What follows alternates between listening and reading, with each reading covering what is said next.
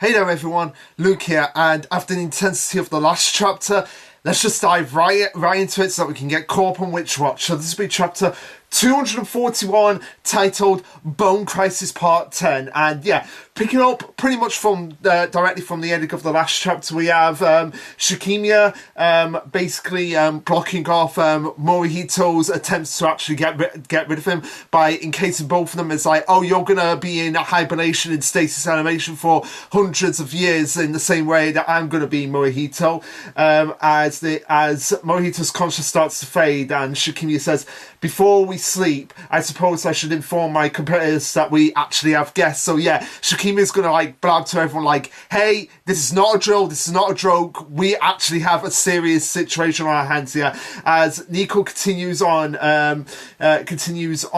watching on, we cut over to what others are doing here. So we have Khan basically collapsing from the attack that went on of the fact that the manager was actually the real warlock that was attacking them, and we have Mo saying that, we have Khan say to Mo, like, what's happened to me? What is going on here? And Mo basically just panicking at this point, like, oh my god, didn't expect this to happen. So she's gonna have to get him to Mirio and see if he can save his energy. So she's gonna end up she has to teleport them before Dory says, oh, mind if I tag along? I'd love to know where the others are. But yeah, Khan is having none of that. Like, Khan is basically like, yeah, I know what you're going on with you, Dory. So yeah, we're not going to fall for that. And he just basically blasts Dory across the room. Like, even though he's been seriously injured, like he's basically been stabbed in the back, he still has the energy to just get up and do that one thing to Dory before collapsing. So I guess it was like just sheer willpower of Khan that he was able to actually come through to actually protect Momo at that point. So yeah, this is where things really start getting heating up in the arc, where everything is where we've started up with it like going super swimmingly for the main characters, and now the warlocks are going to start turning it around. So yeah, we have but one sort of thing that I'm seeing here is that there's like a plant that's coming up behind Dory. Now, I don't know whether this is like Shikimia's force ability settling in here or not, but that remains to be seen. As we cut over to the Fortuna, where we have Mirio saying like, okay, we've got three fragments of the bone, three down four to go. But at this point, it's like the worst possible moment.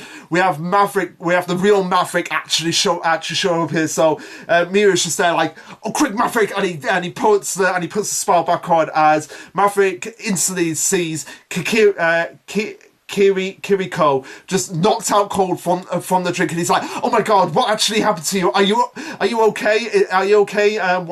Wait, are you just sleeping? What the hell happened here? And this is where things start to click up for him. Yeah, something is not quite right here. There is something going on here. My soul box vanished too. I came back here looking to see if I dropped it somewhere. What the hell is going on? So yeah, they are really starting to pick up. Like, okay, yeah, something is really going on here. Like, I had this soul box on me and now it's disappeared.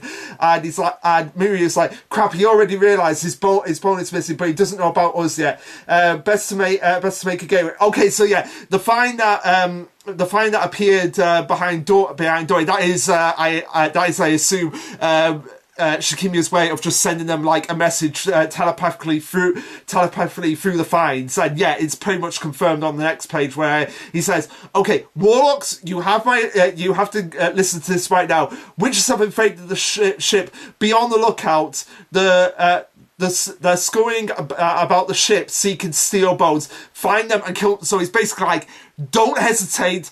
You've got the bones. They're after the bones. If you see them, get rid of them. Kill them on sight. Do whatever you have to at this point. And yeah, this is where the plan of Nemu and Shikimiya basically goes out the door because Agro is hearing this from the real Shikimiya whilst Nemu and Shikimiya is actually standing there. So you can just imagine what he's actually going to say, and sure enough, but also as well, the fact that Shikimiya is saying kill them on sight. You see Nico, Momo, and Khan just being like, "Oh my god, no, this is the plan's out of the window now. This is really where the crisis is going on." But yeah, coming over to the Ario Hall, we have Agro like being like, "Wait a minute, if that's Shikimiya's voice, but Shikimiya's standing right here, yeah, I'm onto your game right now, so you might as well just come out and not lie to me. Who the hell are you?" And Nemu, you could just see like the sweat drops on Nemu and Keigo's face. It's just like, crap. They figured this out. Like, how do we get out of this? Did we get out of this situation right now? And Agro is just like really getting aggravated, for lack of a better word, as he says, "Give me back that bone, witch." So yeah, we've actually got the battle set up now. So we've got Card obviously going to fight against Dory, and then we have Nemu and Keigo and possibly Charmy going to be fighting against Agro, even though I feel like Charmy should be the one to actually go up against Dory in this situation. But I digress. We come back over to the bubble where Morihito and Shikimiya are in, as Nico is just like panicking. She's seeing her best friend, her childhood friend, her boyfriend essentially at this point, just being sealed away in the same way that Shikimiya was probably sealed away, and she just has flashbacks at this point. And I kind of knew that it was going to go down here. Like, something had to happen to Morihito in order to get Nico to this situation, because she cannot let a situation like this happen again, where Morihito has essentially died for her. She can't let that happen twice.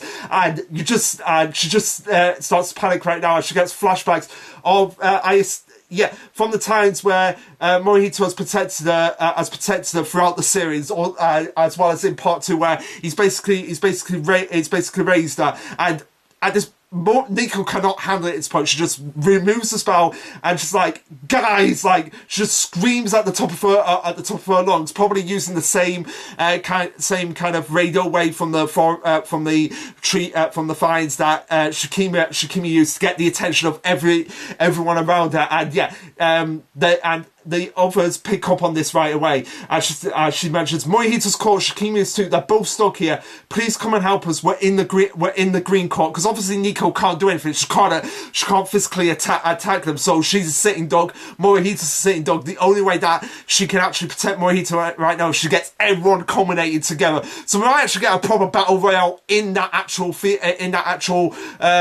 green hole courtroom, or it might actually start our battle royale before separating into different battle zones. So after Nico makes this announcement, this actually gets Shikimiya and Morihito's attention. Like, Morihito obviously being more worried with Shikimiya saying like, "Oh, Nico, what are you doing here? Don't interfere. There's really nothing you can do." Like, even if she tried to interfere, there's nothing she could do at this point. Although there is one thing that she could potentially do, which is more than likely what is actually gonna happen. But yeah, Morihito chastised her, saying, "Why did you show yourself? Like, you could have just escaped. I told you before all of this. If anything happens, just run. Like, you're our top priority right now. We cannot lose you." But given the fact that she's already feared herself, it's more than likely that they are going to lose her. But I digress. Morito's just like, "Why did you do that? You should have just run it." But Nico, obviously, like I said, remembering what she's been throughout the series, said that she had to. And yeah, Morito is just basically like, "Look, forget about me. Just run now. You don't have to worry about me." And yeah, even though he's telling her this, she starts crying her eyes out, and you can tell just from the panel itself, like, she's crying of like, "I'm sorry, but I've got to do this, and if you can't forgive me, I understand, but this is something I have to do." Like, she cannot let this be another day of disaster. So if anyone's going to sacrifice themselves, it's gonna be her. And sure enough, she starts to say, "Everyone, can you hear me? Forget about me. Don't come here. Prioritize yourself and your own sake." Although I don't know whether this is actually Nico or Oh no! It's not Nico that it's not Nico saying this. Like I'm totally blank telling it. No, no. So what it is that Nico is crying, and so Maureen's like, crap. She's gonna sacrifice herself. Like I need to make sure that nobody else comes here that they can see this. So he's the one that's actually saying, forget about me, prioritize yourself and your own safety. So yeah, and they all think back on the beginning of the arc where Maurice said, don't die, things look bad, just run. So as he's spouting all of this, Shikimia just blocks off his mouth, just prevents him from talking. It's like, yeah, you're not gonna give any more directions now. And says, Nico, you're right there, almost within reach. A pity, but thanks to that announcement, the others are on their way. They'll be here soon. Pray your companion somehow manage to get here first, because it eventually just seals up right now as Nico's just standing there, dreading, like just in awe of like what is actually going on. And I can imagine like some of them are gonna actually reach Nico, and they're gonna have to make a choice. Like, you give yourselves up to you, and we can release him. Otherwise, otherwise Mojito, your boyfriend, your childhood friend, dies, and it's all your fault essentially. Even though it's obviously like this is not going to be Nico's fault, but they're going to kind of like spin it that it's her fault that they're in this situation, because if they weren't like her familiars and protecting her, none of this would have happened, and they'll probably use that against her. But yeah, for now, Mojito is sealed up with Shikimia, and she's just completely devastated at this point. Before we cut back over to the fight, so we see Agro trying to go after Nemu, Shikimia, and Keigo just being like, yeah, I'm not having that, as we see him do a high jump kick, but Agro just blocks it. So like you see Keigo in midair and just Agro just blocking right there. Like, so great reflexes on both of them. So yeah, setting up the Agro versus Keigo fight, and potentially Nemu could assist in this fight. Maybe obviously Wolf is going to come out in this fight, and it's probably going to be a case of like, when things get too tough, that's when Wolf's going to come out and just going to wreak havoc. So after the announcement from Mojito of just being like, get out of here, don't worry about me, just worry about yourselves, if things go bad, run. We have obviously Keigo attacking Agro before he thinks about like what exactly Mojito would actually say, and at the same time Khan thinks about the exact same thing where they imagine Mojito saying, just do what I tell you, damn it. But they're like, yeah, there's no way at this point we're actually going to listen to you. And again, it makes sense because even though Mojito is still telling to like just run everything, they're essentially family at this point, and they can't leave him behind. Like, they need to get him out there ASAP. So we have Khan again staring down Dory. So even though again seriously it just got back down, he's getting back up again, like just showing the sheer willpower of Khan here. And even Mo was like looking a little bit worried, and can you blame her? Like, literally being stabbed in the back, and even with a stab wound, he's still finding the energy to go on and continue this fight. And I can't tell from this look of Dory whether he's like actually impressed or like just thinking like, oh, Khan's a fool, he's gonna pass out at some point. This is gonna be like a really short fight for me. So I can't tell like if Dory's actually thinking that, or if he's thinking like, man, this guy, you gotta hand it to him, like he's really giving it his all here. Now, in terms of how Khan is actually going to fight, if he's like just being like handicapped here, because Dory seems to be still at full strength. And they've got to remember, the manager's right there. She's a warlock herself. So her plus Dory's powers, I feel like that's going to be a bit overwhelming for Khan because it's essentially going up against two warlock.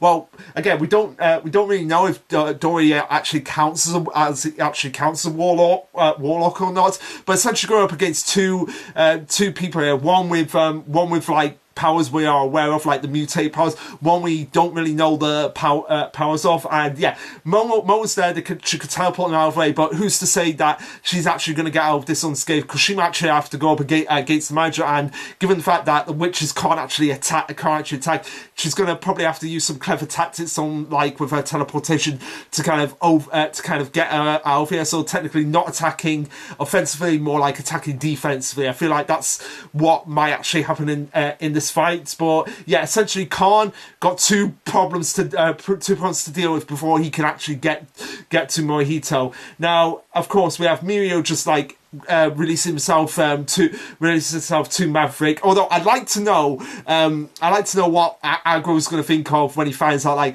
oh, Slump was actually disguising himself as Maverick, because now we know that.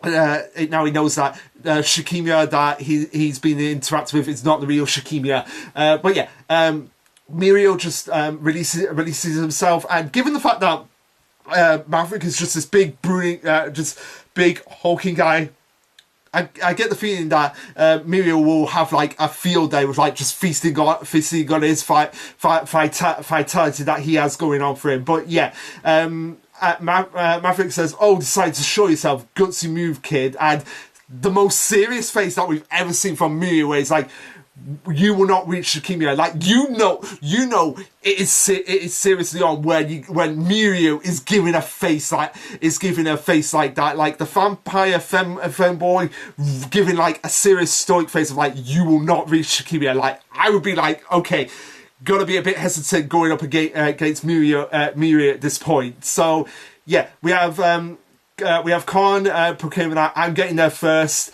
as Keigo says, and I'm going through to do it. Wait for us, Morihito, as we get the final panel where we have the spread of just all of them just standing ready to fight. We have Mirio getting ready to draw his blade. We have Khan just like still bleeding out, like you can see the blood like behind him just bleeding out, but he's there just like raring to go up against Dore. And we have Keigo just getting in between Nemu and Agro, and that's where the chapter ends. So yeah, pretty much standard battle setup chapter, but really intense, really getting into things. Now, in terms of how these fights are going to go, I could potentially see Mirio